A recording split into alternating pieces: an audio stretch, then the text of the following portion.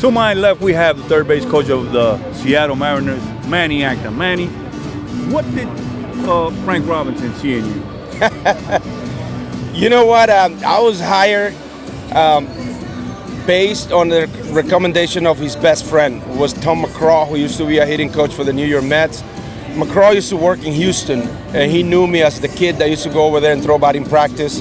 And he called a friend of his, Johnny Lewis. And Johnny Lewis, who passed away, rest in peace, they were looking for a third base coach who was bilingual and also had experience coaching third.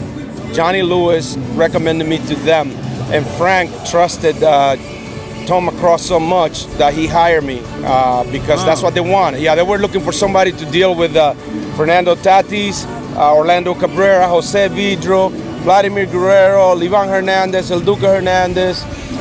The whole crew. The whole crew. They had a lot of Hispanics, Latin players over there, and Frank needed somebody like me, and he trusted me. It wasn't easy at the beginning, but you know, I passed the test and ended up having a great relationship with him.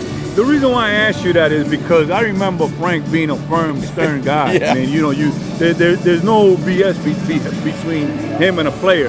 Now, right now, you have the clout. This doesn't affect you, and let's say a lot of other coaches.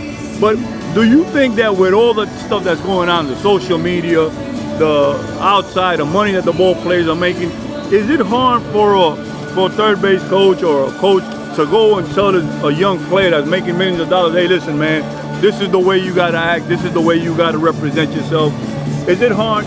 It is not hard because we do it. What is hard is to get through them because, you know, nowadays they have a lot of people in their ears talking. You know, the coaches have it harder today. A lot of them has coaches off the field. And what happened back in the days was we were looked at as old school, you know, disciplinarian, and that doesn't go today. It has to be on a softer way because nowadays the kids, you have to treat them on a different way. But no, I appreciate everything Frank instilled in me. He helped me out to get my first 2 jobs. That's what was attractive to people back then, being straight and disciplinarian. Didn't help me at the end of my years in Cleveland because, you know, the tide had turned and I had to make the adjustment now and become more of a easy communicator. Now, has it helped you being in the Dominican Republic, knowing their culture with the Latin players, telling them, because a lot of people don't understand the way, you know, Dominicans play, the Hispanics play. It's a different ball game altogether within a ball game. You think that that's helped you a lot, that you could probably help a lot of the ball players that otherwise they probably wouldn't be in the major leagues? Yeah, absolutely. It helps being able to relate to them and know what they've gone through. And, you know, because there are so many people who work in baseball at this level and even in the minor leagues that never set a foot in the Dominican Republic, Puerto Rico, Venezuela, Nicaragua, to name a few of those countries. And, you know, they don't understand where we come from and some of the, you know, the culture issues. Like when I first came over to the States, I learned that here you need to look people in the eye to show respect when they're talking to you. Well, where we come from, no, you have to put your head down.